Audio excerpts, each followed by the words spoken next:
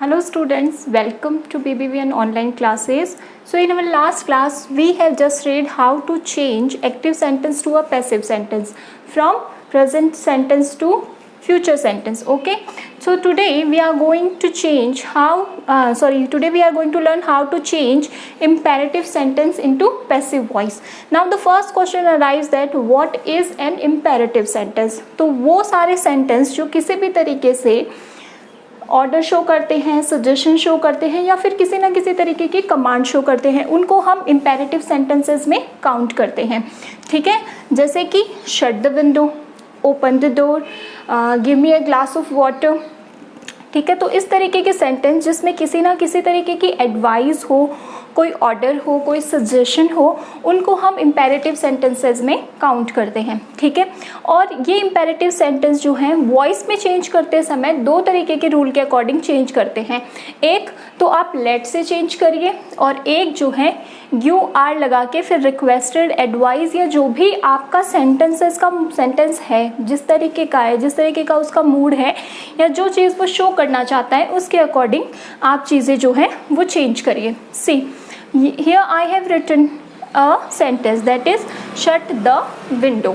अब मैं इस सेंटेंस को दो तरीके से चेंज कर सकती हूँ, एक लेट से और एक यू आर, रिक्वेस्टेड, ऑर्डर और वट एवर, जिस भी तरीके का आपका कमांड है उस वे में. तो चलिए पहले लेट वाले से शुरू करते हैं. तो सबसे पहले मैंने लेट लिखा, उसके बाद में ये कहता है आप ऑब्जेक्ट लगाइए. तो यहाँ पर शट जो है वो वर्ब है, बंद करना. ठीक है, तो कोई भी काम अगर आप कर रहे हैं, एक्शन वर्ड्स है, तो वो हो गया आपका मेन वर्ब. ठीक है, और द विंडो यहाँ पर हो गई हमारी ऑब्जेक्ट. तो let the window, let the window, after that be का यूज करेंगे हम, देन वर्ब की थर्ड फॉर्म शट ही रहेगी, let the window be shut. ठीक है, तो हमारा पूरा सेंटेंस बना let the window be shut. After that the second one is you are. अब यू आर तो देखो सब में कॉमन आएगा. ठीक है, you are.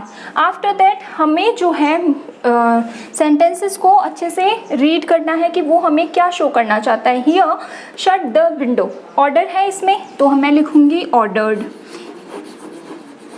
You are ordered. उसके बाद में मुझे लगाना है टू, तो मैंने सिंपली टू प्लेस कर दिया. वर्ब की थर्ड फॉर्म शट, और मेरा सब्जेक्ट ऑब्जेक्ट क्या है यहाँ पर, द विंडो. सो सेंटेंस बनता है you are ordered to shut the window. ठीक है, सो यहाँ पर ऑर्डर की जगह पर आप you are requested, you are suggested, you are advice, इस तरीके से इम्पेरेटिव सेंटेंस जो है उनको वॉइस में चेंज कर सकते हैं. बट ये वाला जो रूल है ये डिपेंड करता है कि आपका सेंटेंस जो है वो आपको किस तरीके का मीनिंग जो है वो दे रहा है.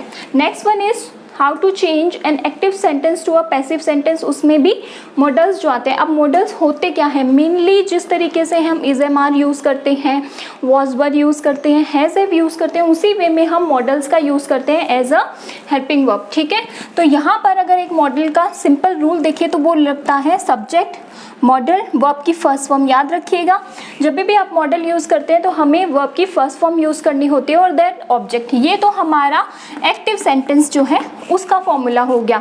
और इसको जब हम पैसिव में चेंज करते हैं तो इस फॉर्मूले के अकॉर्डिंग हमें चेंज करना है. See I have written here in example we can win the race. तो यहाँ पर हम सबसे पहले कैटेगराइजेशन करेंगे. सब्जेक्ट ये हमारी मॉडल, विन हमारी मेन वर्ब की फर्स्ट फॉर्म और द रेस हमारा ऑब्जेक्ट. ठीक है, अब इसके अकॉर्डिंग हमें एज इट इज़ इनको प्लेस करना है. ठीक है, ऑब्जेक्ट आपका कुछ भी रहे, आपकी मॉडल यानी कि जो ये हेल्पिंग वर्ब है उसमें किसी भी तरीके का कोई चेंज नहीं होगा. तो मैंने यहाँ पे लिखा द रेस. ठीक है, फिर मुझे मॉडल एज इट इज़ लिखना है कैन, आफ्टर दैट बी. अभी तक मैंने जो लिखा है वो पूरा इस रूल के अकॉर्डिंग मैं लिख रही हूँ. The race can be, main verb की थर्ड फॉर्म विन, विन की थर्ड फॉर्म हो जाएगी वॉन. उसके बाद में जो है subject by plus subject, won by us. We का जब हम प्रोनाउन के अकॉर्डिंग इसको चेंज करते हैं सब्जेक्ट से ले जाकर ऑब्जेक्ट में तो अस होता है, तो हमारा सेंटेंस बन जाएगा the race can be won by us. ठीक है, तो इस तरीके से इम्पेरेटिव सेंटेंस जो हैं और मॉडल्स को हम चेंज कर सकते हैं। फिर आपका एक तरीके का सेंटेंस और आता है, हालांकि हम उस तरीके के सेंटेंस पहले कर चुके हैं, but there is a slight difference. देखिए मैं आपको बताती हूँ। मैंने लिखा my brother give me a new shirt। ठीक है, my brother gave me a new shirt. अगर हम इस सेंटेंस को देखें यहाँ तक, माई ब्रदर गेव मी, तो इसमें मेरे पास में सब्जेक्ट आ गया, मेन वर्ब आ गई और ऑब्जेक्ट आ गया, यानी कि मेरा एक सेंटेंस यहाँ पर कंप्लीट हो जाता है अगर मैं अ न्यू शर्ट नहीं लिखती हूँ फिर भी। ठीक है, और अगर मैं ये लिखती हूँ तो ये वाला जो मेरा रहेगा ये मेरा सेकंड ऑब्जेक्ट काउंट हो जाएगा। सो इस तरीके के अगर सेंटेंस आते हैं जिनमें दो ऑब्जेक्ट हो तो आप जो है किसी भी वे में इसको लिख सकते हैं, यानी कि आप ऑब्जेक्ट इसको माने या इसको माने, it totally depends on you. In both ways you are going to be correct. ठीक है, तो अब हम देखते हैं एक्टिव सेंटेंस को, इस सेंटेंस को पैसिव में कैसे चेंज करना है। गेव है यानी कि वर्ब की फर्स्ट फॉर्म है, यानी कि हमें प्रेजेंट सिंपल को चेंज करना पड़ेगा वॉइस में। ठीक है, तो हम यूज करेंगे वॉज वर्ब का, और मेन वर्ब की थर्ड फॉर्म तो कॉमन है ही।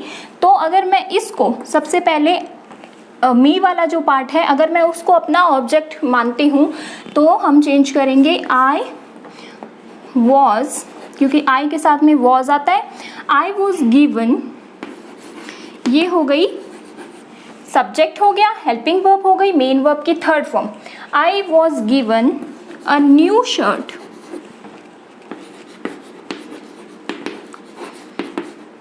Bye my brother. ठीक है, I was given a new shirt by my brother.